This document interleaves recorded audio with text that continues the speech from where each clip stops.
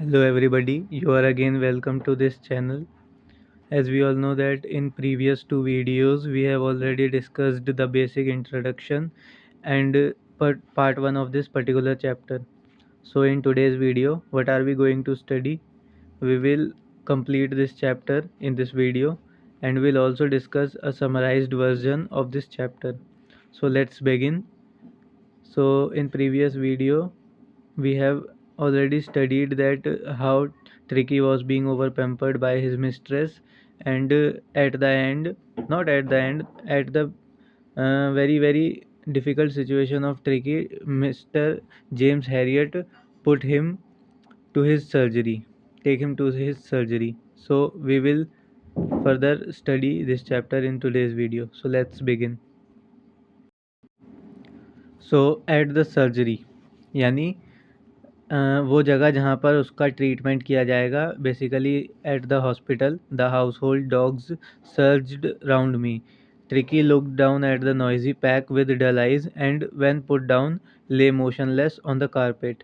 सो जब ट्रिकी को सर्जरी ले जाया गया तो वहाँ पर जो पहले से ही प्रेजेंट डॉग्स थे वो उसके चारों तरफ घूमने लगे और ट्रिकी ने उनकी तरफ उन नॉइज़ी पैक की तरफ यानी उन शोर मचाने वाले डॉग्स की तरफ डल आइज़ से नीरस आंखों से देखा.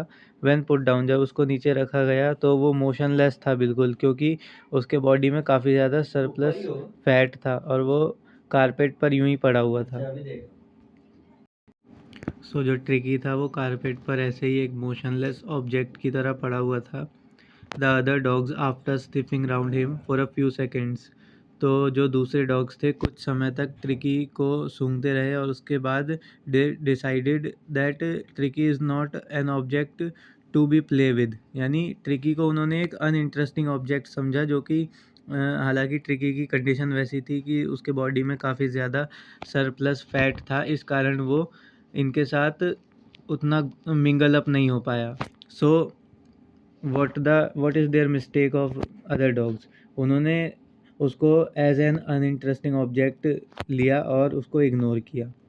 सो I made up a bed for him. So who is I here? Doctor James Herriot who is treating Tricky. So I made up a bed for him in a warm loose box. उन्होंने एक box में उसके लिए एक bed तैयार किया.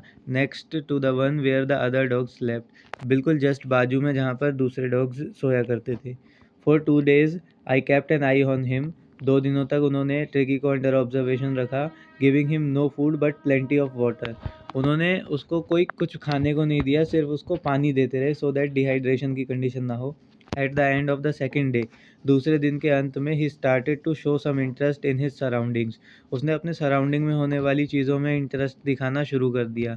And on the third day he began to whimper. और तीसरे दिन उसने ट्रिकी ने थोड़ा बहुत चलना फिरना भी शुरू कर दिया. जब उसने डॉग्स की यार्ड में, बाहर के गलियारे में, जब ट्रिकी ने आवाज़ सुनी तो उसने भी इंटरेस्ट दिखाना शुरू कर दिया. When I opened the door, Tricky trotted out and was immediately engulfed by Joe.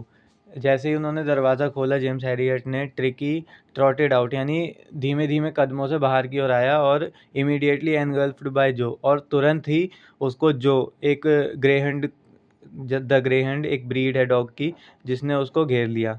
And his friends, और उसके कुछ फ्रेंड भी. After rolling him over and thoroughly inspecting him, the dogs move of and down the garden. उसके बाद कुछ समय तक उसको इंस्पेक्ट करने के बाद they moved of the garden. They thought that tricky is still an interesting object, uninteresting object. So after that Tricky followed them, rolling slightly with his surplus fat.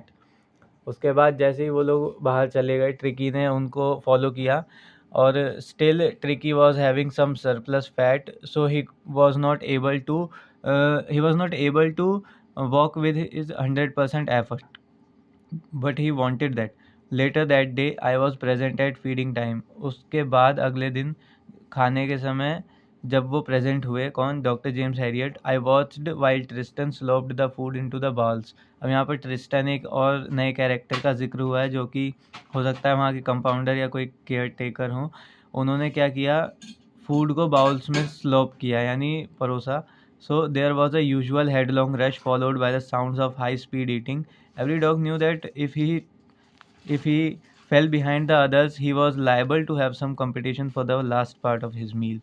So when Tristan was putting food into the bowls, there was a headlong rush, यानी काफ़ी ज़्यादा rush वाली condition थी वहाँ dogs के बीच, क्योंकि वे सभी जानते थे कि अगर कोई भी पीछे रह गया तो उसको अपने जो last part of the meal है उसके लिए काफ़ी ज़्यादा कंपटीशन करना पड़ेगा और हो सकता है उसको ना भी मिले. So let's move on further. ये image that has been given in the NCERT. Here you can see that the all dogs are rushing towards their food, and Tricky, I think this is Tricky who is left behind them. So when they had finished, Tricky took a walk around the shining bowls, licking casually inside one or two of them. So as we all know that Tricky was having surplus fat. जो Tricky है उसके body में काफ़ी ज़्यादा surplus fat था, जिसके कारण वो 100% एफर्ट से भाग नहीं पा रहा था. So एज़ यूजुअल जो बाकी सारे डॉग्स थे उन्होंने अपना मील फिनिश किया और उसके बाद ट्रिकी एट द एंड वहाँ पहुँचा. उसके लिए कुछ बाउल्स पे लगा हुआ थोड़ा बहुत ही बचा था जिसको वो लिक कर रहा था, यानी जैसे जो डॉग्स हैं जब वो किसी बाउल को चाटते हैं उसको लिकिंग बोलते हैं in English. So next day an extra bowl was put for him and I was pleased to see him jostling his way towards it. और अगले दिन से जो डॉक्टर जेम्स हैरियट हैं उन्होंने एक एक्स्ट्रा बाउल रखा ट्रिकी के लिए स्पेशली, और वो बहुत खुश हुए ये देखकर कि जो ट्रिकी है वो उसके टूवर्ड्स खुशी से आ रहा है, क्योंकि वो जानता है कि अब उसको उस एनर्जी, मतलब धीरे धीरे उसका जो सरप्लस फैट है वो डिग्रेड डाउन हो रहा है, जिसके कारण अब उसके बॉडी में असेंशियल फैट की तो ज़रूरत है. So he was jostling towards it. From then on his progress was rapid. और उसके बाद से जो ट्रिकी की प्रोग्रेस है वो काफ़ी क्विक थी, रैपिड थी. डे बाई डे वो काफ़ी ज़्यादा प्रोग्रेसिव होता जा रहा था. He had no medicinal treatment of any kind, but all day he ran about with the dogs, joining in their friendly scrimmages. यानी उसको किसी तरह का कोई ट्रीटमेंट नहीं दिया गया, मेडिसिनल ट्रीटमेंट, ना कोई सर्जरी हुई of any kind, but all the day जो पूरा दिन है वो बाकी डॉग्स के साथ भागता रहा, उनके साथ जो स्क्रिमेज यानी जो हंट था उसमें उसने पार्टिसिपेट किया. और इसी तरह उसका जो सरप्लस फैट था वो डिग्रेड डाउन हुआ, उसकी बॉडी में fast twitch muscles fibre develop हुए as we saw in humans also, और उसमें वो एक्टिवनेस डेवलप होती गई धीरे धीरे.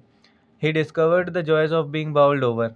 उसने बाउल्ड ओवर यानी जो भोजन है, जो खाना है बाउल्स के ऊपर खाने का, उसको काफ़ी ज़्यादा एंजॉय किया. Tramped on and squeezed every few minutes.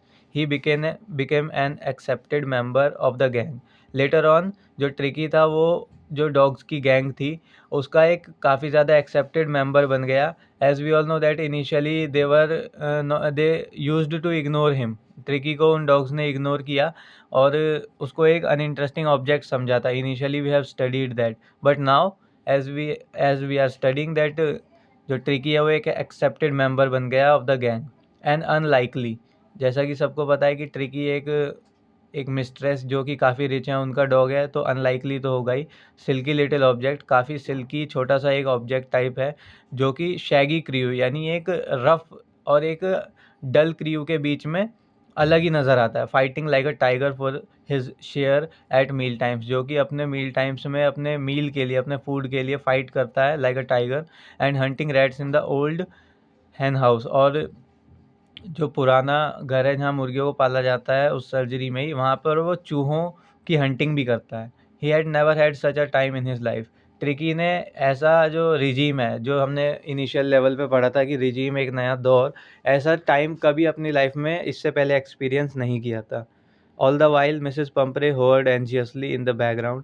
और इसी के साथ बैकग्राउंड में क्या स्टोरी चल रही है, डेली जो है मिसेस पंपरे के डजन्स यानी दर्जनों कॉल आ जाते हैं किसके पास, डॉक्टर जेम्स हैरियट के पास, लेटेस्ट बुलेटिन्स. यानी लेटेस्ट बुलेटिन्स ये वर्ड कीवर्ड है जो है हमें न्यूज़पेपर्स में भी देखने को मिलता है, जो इसका मतलब होता है कि ताज़ा खबरें, यानी जो बिल्कुल शार्प बुलेटिन होता है, लेटेस्ट न्यूज़. जी. I dodge the questions about whether his questions were being turned regularly और his correct coat worn according to the weather. अब उनको सिर्फ इस बात की फिक्र थी कि जो क्वेश्चंस हैं वो रेगुलर इंटरवल्स पे ट्रिकी के बदले जा रहे हैं या नहीं, और उसको जो कोट है अकॉर्डिंग टू द वेदर उसको पहनाया जा रहा है या नहीं. लेकिन जो जेम्स हैरियट थे वे जानते थे कि इसी तरह की ओवर पैम्परिंग के कारण ट्रिकी की ये हालत हुई थी.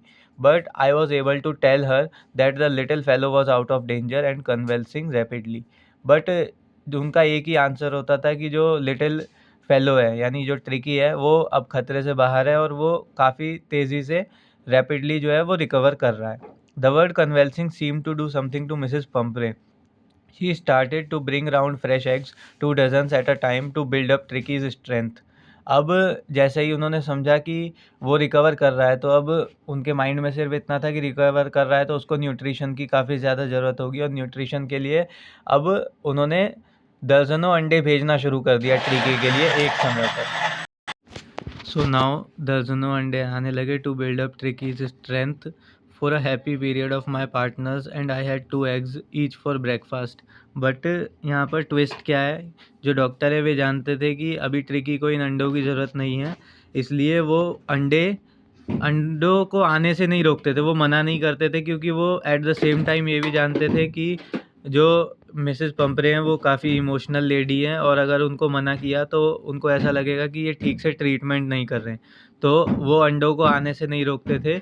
But instead of giving them to Tricki, वो उन अंडों को खुद ही कंज्यूम कर जाते थे।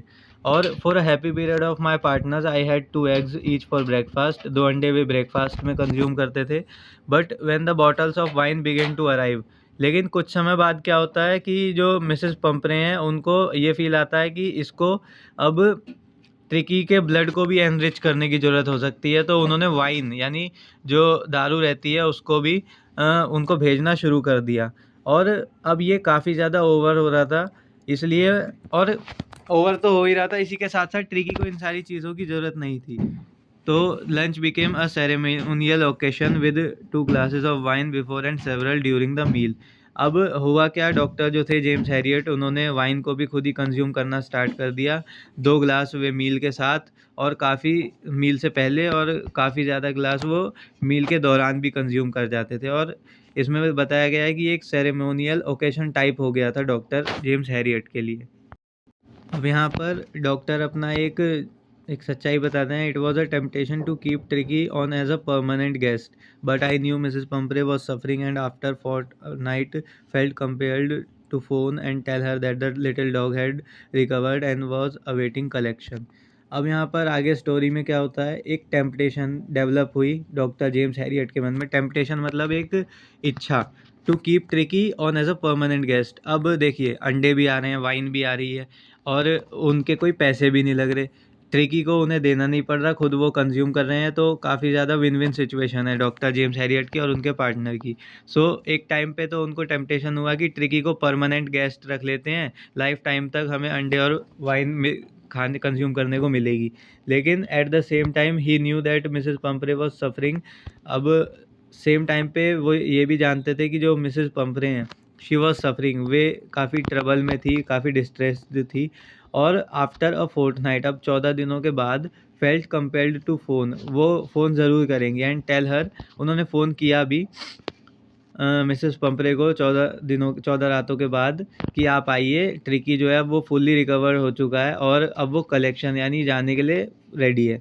विद इन मिनट्स, कुछ मिनटों के भीतर ही, about 30 feet of gleaming black metal drew up outside the surgery, यानी एक आंखों को चौंधा देने वाली एक कार जो लगभग 30 फीट लंबी थी, ब्लैक कलर की, वो सर्जरी के बाहर आकर खड़ी हुई। द शेफियर ओपनड द डोर, अब जो वहाँ के नौकर थे उन्होंने दरवाज़ा खोला, जो गाड़ी के मिसेस पंपरे के सर्वेंट्स थे, and I could just make out the figure of Mrs Pumphrey almost lost in the interior. Her hands were tightly clasped in front of her lips trembled. Oh Mr Herriot, do tell me the truth, is he really better. अब जैसे ही गाड़ी से Mrs Pumphrey she came out, she asked, मतलब उन्होंने पूछा mister James Harriet से, उनके हाथ कांप रहे थे, उनके लिप्स ट्रेम्बल कर रहे थे, वे भी कांप रहे थे, और उन्होंने इस कंपकपी आवाज़ में पूछा, ओह मिस्टर जेम्स हैरियट, मुझे सच बताओ कि जो ट्रिकी है, इज़ ही रियली बेटर, क्या वो रियली ठीक हो चुका है? Now James Herriot said, yes he is fine, there is no need for you to get out of the car. आपको कोई ज़रूरत नहीं है कार के बाहर आने की। I will go and fetch him, मैं जाऊँगा और उसको ले आऊँगा। I walked through the house into the garden. A mass of dogs was hurtling round and lawn in their midst. यानी वहाँ कुश्ती जैसा माहौल चल रहा है डॉग्स के बीच। ईयर्स फ्लैपिंग, टेल्स वेविंग, उनके कान हिल रहे हैं, वो अपनी टेल को वेव कर रहे हैं। Was the little golden figure of tricky, tricky के चारों ओर। इन 2 weeks he had been transformed into a leaf. अब जो 2 हफ्तों में ही वो एक लीथ में ट्रांसफॉर्म हो चुका था, यानी ही बिकेम एन एथलीट। उसकी बॉडी इतनी फ्लेक्सिबल हो चुकी थी कि अब वो काफ़ी फुर्ती से इधर उधर मूव कर पा रहा था। He was running very fast. In 2 weeks he had been transformed into a lithe. Hard muscled, उसकी मसल्स काफ़ी हार्ड एनिमल टाइप हो गई थी। He was keeping up well with the pack, stretching out in great bounds, his chest almost brushing the ground, and I carried him back along the passage to the front of the house.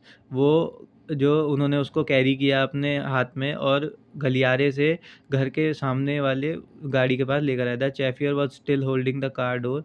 अब जो नौकर थे उन्होंने car के door open किए हुए थे। And when Tricki saw his mistress, he took off from my arms in a tremendous leap and sailed into Mrs Pumphrey's lap.